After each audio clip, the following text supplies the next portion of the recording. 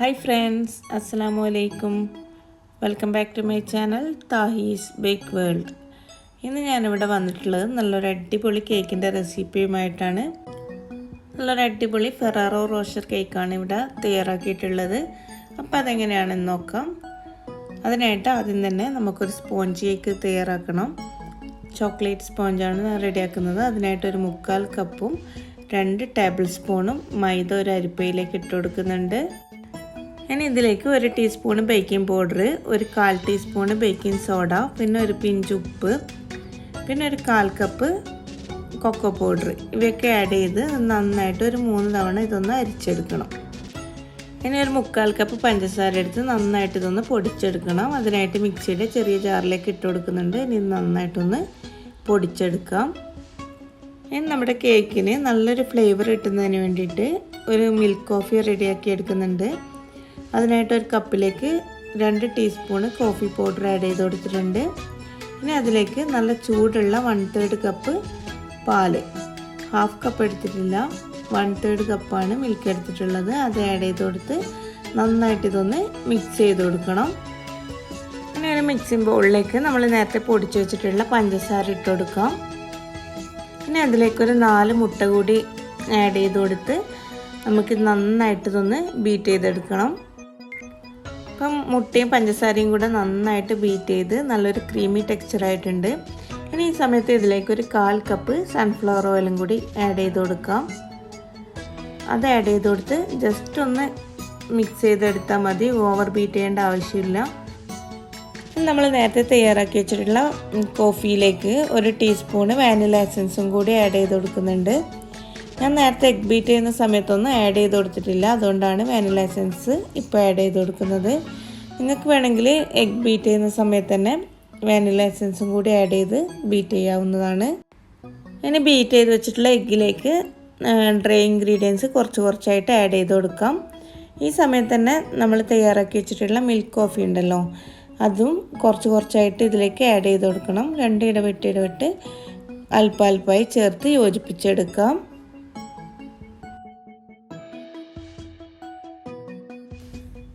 അങ്ങനെ cake batter ഇവിടെ ready ആയിട്ടുണ്ട്. ഇത് ഞാൻ 6 ഇഞ്ചിൻ്റെ 2 ബേക്കിംഗ് ടിന്നിലായിട്ടാണ് ഒഴിച്ചു കൊടുക്കുന്നത്.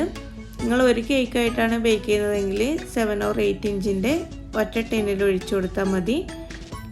ഇവിടെ ഞാൻ 1/2 kgയുടെ 2 കേക്കായിട്ടാണ് തയ്യാറാക്കിയെടുക്കുന്നത്. ഇനി ഇതിലുള്ള എയർ ബബിൾസൊക്കെ ഒന്ന് പോയി കിട്ടുന്നതിനായിട്ട് നന്നായിട്ടൊന്ന് ടാപ്പ് ചെയ്ത് കൊടുക്കാം. അതിനുശേഷം ഇത് പ്രീഹീറ്റ് ചെയ്ത് വെച്ചിട്ടുള്ള ഓവനിലേക്ക് മാറ്റി ഒരു 165 ഡിഗ്രിയിൽ 40 to 45 മിനിറ്റ്സ് ഇത് ബേക്ക് ചെയ്തെടുക്കാം. അങ്ങനെ നമ്മുടെ കേക്കൊക്കെ ഇവിടെ ബേക്കായി കിട്ടിയിട്ടുണ്ട്. ഇപ്പോൾ നന്നായിട്ട് ചൂടൊക്കെ ആറിയിട്ടുണ്ട്. ഇപ്പോൾ ഞാൻ ഡിമോൾഡ് ചെയ്തെടുത്തിട്ടുണ്ട്. നമുക്ക് കേക്കിന് ഫ്രോസ്റ്റിംഗ് ചെയ്യാൻ ആവശ്യമായിട്ടുള്ള വിപ്പിംഗ് ക്രീം റെഡിയാക്കി എടുക്കാം. ക്രീം റെഡിയാക്കാനായിട്ട് ഒരു ബൗളിലേക്ക് 1.5 tablespoon cocoa powder add ചെയ്ത് കൊടുക്കുന്നുണ്ട്. ഇനി അതിലേക്ക് ഒരു 2 കപ്പ് വിപ്പിംഗ് ക്രീം ഒഴിച്ചു കൊടുക്കാം.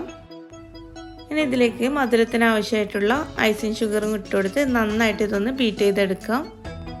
അപ്പം നമ്മുടെ വിപ്പിംഗ് ക്രീമൊക്കെ ഇവിടെ റെഡി ആയിട്ടുണ്ട്. ഇനി ഇതിലേക്ക് ഒരു ഫെറാറോയുടെ ഒരു ടേസ്റ്റ് കിട്ടുന്നതിനായിട്ട് ഒരു 2-3 ടേബിൾ സ്പൂണ് ന്യൂട്ടെല്ല ആഡ് ചെയ്ത് കൊടുക്കാം. എന്നിട്ട് ഇത് നന്നായിട്ട് ഒരു സ്പാച്ചിൽ ഉപയോഗിച്ച് മിക്സ് ചെയ്ത് കൊടുക്കാം. ഇനി കേക്ക് ഒന്ന് വെറ്റ് ചെയ്തെടുക്കുന്നതിനായിട്ട് ഇവിടെ കുറച്ച് ചോക്ലേറ്റ് മിൽക്ക് റെഡിയാക്കി എടുത്തിട്ടുണ്ട്. ഇത് പാലിലേക്ക് കുറച്ച് കോഫി പൗഡറും കുറച്ച് കൊക്കോ പൗഡറും പഞ്ചസാര അതുപോലെ തന്നെ കുറച്ച് ന്യൂട്രൽ ഇവയൊക്കെ മിക്സ് ചെയ്തെടുത്തിട്ടുള്ളതാണ്.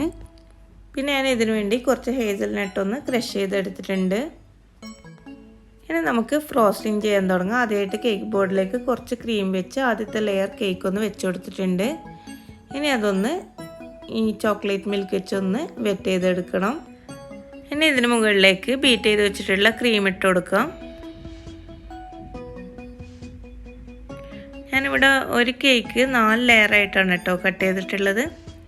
അങ്ങനെ ആദ്യത്തെ കേക്കാണ് ഇവിടെ റെഡിയാക്കുന്നത്. ഇനി ഇതിന് മുകളിലേക്ക് കുറച്ച് ന്യൂട്ടെല്ല സ്പ്രെഡ് ചെയ്ത് കൊടുക്കാം. ഇനി ഇതിന് മുകളിൽ ക്രഷ് ചെയ്ത് വെച്ചിട്ടുള്ള കുറച്ച് നട്ട്സ് ഇട്ട് കൊടുക്കാം. എന്നിട്ട് പിന്നെ അടുത്ത ലെയർ കേക്ക് വെച്ച് കൊടുക്കാം. അത് ഇതുപോലെ തന്നെ വെറ്റ് ചെയ്യുക.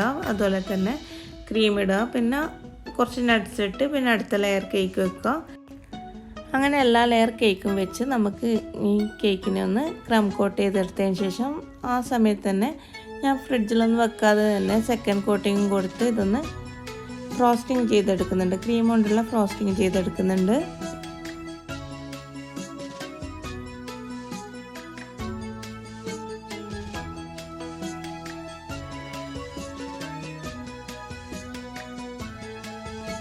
അങ്ങനെ കേക്ക് ഇവിടെ ക്രീം കൊണ്ടുള്ള ഫ്രോസ്റ്റിംഗ് ചെയ്തെടുത്തിട്ടുണ്ട്. ഇനി ഇതൊരു 3-4 മണിക്കൂറൊന്ന് ഫ്രിഡ്ജിൽ വെക്കണം. അതിനുശേഷം ഇത് പുറത്തെടുത്തിട്ട് ഇതിന് മുകളിലേക്ക് ചോക്ലേറ്റ് ഗണാഷ് ഒഴിച്ചു കൊടുക്കണം. അതിനാവശ്യമായിട്ടുള്ള ചോക്ലേറ്റ് ഗണാഷ് ഇപ്പോൾ നമുക്ക് റെഡിയാക്കി എടുക്കാം. അതിനായിട്ട് ഒരു പാത്രത്തിലേക്ക് ഒരു 1/4 കപ്പോളം വിപ്പിംഗ് ക്രീം ഒഴിച്ചു കൊടുത്ത് ഇതൊന്ന് ചെറുതായിട്ടൊന്ന് ചൂടാക്കി എടുക്കാം. ഈ ചെറുതായി ചൂടായിട്ടുള്ള ഈ വിപ്പിംഗ് ക്രീമിലേക്ക് കട്ട് ചെയ്തിട്ടുള്ള 1 കപ്പ് ചോക്ലേറ്റ് ആഡ് ചെയ്ത് കൊടുക്കാം. ഞാനിവിടെ ഡാർക്ക് ചോക്ലേറ്റ് ആണ് എടുത്തിട്ടുള്ളത്. ഇതിന് പകരം മിൽക്ക് ചോക്ലേറ്റ് ഉപയോഗിക്കാം. ചോക്ലേറ്റ് ചെറിയ ചൂടുള്ള ക്രീമിലേക്ക് ആഡ് ചെയ്ത് കൊടുക്കുമ്പോൾ തന്നെ പെട്ടെന്ന് തന്നെ മെൽട്ടായി കിട്ടും. അപ്പോൾ ഇതിലേക്ക് ഞാൻ 1 ടേബിൾ സ്പൂൺ ബട്ടർ കൂടി ആഡ് ചെയ്ത് കൊടുത്തിട്ടുണ്ട് കേട്ടോ. അപ്പോഴാണ് നമ്മുടെ ഗണാഷിന് നല്ലൊരു ഗ്ലേസിങ് കിട്ടുക. ഇനി ഇതിലേക്ക് കുറച്ച് ന്യൂട്ടല്ല കൂടി ആഡ് ചെയ്ത് കൊടുക്കുന്നുണ്ട്. 2 ടേബിൾ സ്പൂണോളം ന്യൂട്ടല്ല ആഡ് ചെയ്ത് കൊടുക്കുന്നുണ്ട്. അങ്ങനെ ചോക്ലേറ്റ് ഗണാഷ് ഇവിടെ റെഡി ആയിട്ടുണ്ട്. ഇനി ഇതൊന്ന് അരിച്ചെടുത്തതിന് ശേഷം നമുക്ക് നന്നായിട്ട് തണുത്തിട്ടുള്ള കേക്കിന് മുകളിലേക്ക് ഒഴിച്ചു കൊടുക്കാം. അങ്ങനെ ആദ്യത്തെ കേക്ക് മുഴുവനായിട്ടും ഗണാഷ് കൊണ്ടൊന്ന് കവർ ചെയ്തെടുത്തിട്ടുണ്ട്. രണ്ടാമത്തെ കേക്കും ഞാൻ ഫ്രോസ്റ്റിംഗ് ചെയ്ത് ഫ്രിഡ്ജിൽ വെച്ചിട്ടുണ്ടായിരുന്നു. അതൊന്നും ഗണാഷ് കൊണ്ടൊന്ന് കവർ ചെയ്യാം. ഞാൻ രണ്ടാമത്തെ കേക്കിൽ കൂടുതലായിട്ടങ്ങ് ഗണാഷ് ഒഴിച്ചു കൊടുക്കുന്നില്ല. ആദ്യത്തെ കേക്ക് മുഴുവനായിട്ടും ഗണാഷ് കൊണ്ട് നന്നായിട്ട് കവർ ചെയ്തതാണ്. രണ്ടാമത്തത് ഞാനൊന്ന് ഗണാഷ് ഒന്ന് സ്പ്രെഡ് ചെയ്ത് കൊടുക്കുന്നതേ ഉള്ളൂ. ഇനി ആ കേക്കിൻ്റെ സൈഡിലായിട്ട് ഐസിങ് നൈഫ് കൊണ്ട് ഇങ്ങനെയുള്ളൊരു ഡിസൈൻ കൊടുക്കുന്നുണ്ട്. ഇങ്ങനെ മുകളിലേക്കൊന്ന് വലിച്ചു കൊടുക്കുന്നുണ്ട്. അപ്പോൾ കാണാൻ നല്ല ഭംഗിയാണ്. നല്ല എളുപ്പത്തിൽ ആർക്കും ചെയ്യാൻ പറ്റിയിട്ടുള്ള നല്ലൊരു ഡിസൈനാണിത്. ആദ്യം ഗണാഷ് ഒഴിച്ച് വെച്ചിട്ടുള്ള കേക്കിൻ്റെ സൈഡിലും അങ്ങനെയുള്ളൊരു ഡിസൈൻ ചെയ്ത് കൊടുത്തിട്ടുണ്ട്. ഇനി നമുക്കിതിന് സിമ്പിളായിട്ടുള്ള ഡെക്കറേഷൻസ് മാത്രമേ ആവശ്യമുള്ളൂ. കുറച്ച് ഹേസൽനട്ട് ക്രഷ് ചെയ്തത് ഇങ്ങനെ താഴേക്ക് ഇട്ട് കൊടുക്കുന്നുണ്ട്. ഇനി കേക്കിന് മുകൾ ഭാഗവും എന്തെങ്കിലും ചെറുതായിട്ടൊരു ഡെക്കറേഷൻസ് കൊടുക്കാം. അതൊക്കെ ഓരോരുത്തരുടെ ഇഷ്ടത്തിനനുസരിച്ച് ഡെക്കറേഷൻസൊക്കെ കൊടുക്കാം. ഞാനിവിടെ ചെയ്തത് ഇപ്പോൾ ഇവിടെ കാണിച്ചു തരാം.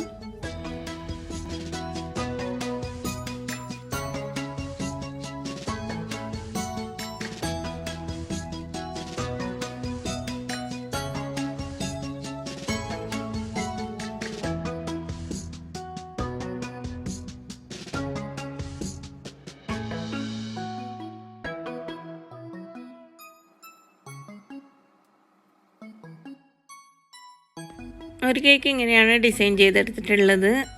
കുറച്ച് ചോക്ലേറ്റ് ഗണാഷ് കൊണ്ട് ഇങ്ങനെയുള്ളൊരു ഡിസൈൻ കൊടുത്ത് ഇനി അതിന് മുകളിൽ കുറച്ച് ഫെറാറോ ചോക്ലേറ്റ് വെച്ചാണ് ഡിസൈൻ ചെയ്തെടുത്തിട്ടുള്ളത്. ഇനി അടുത്തതും അങ്ങനെ തന്നെ ചെയ്തെടുക്കാം. ചോക്ലേറ്റ് ഗണാഷ് കൊണ്ട് ഇങ്ങനെയുള്ളൊരു ഡിസൈനാണ് ഇതിൽ കൊടുക്കുന്നത്. അപ്പം ഈ അടിപൊളി കേക്ക് എല്ലാവരും ഒന്ന് ട്രൈ ചെയ്ത് നോക്കുക. ഇഷ്ടപ്പെടുകയാണെങ്കിൽ ലൈക്ക് ചെയ്യുക, ഷെയർ ചെയ്യുക.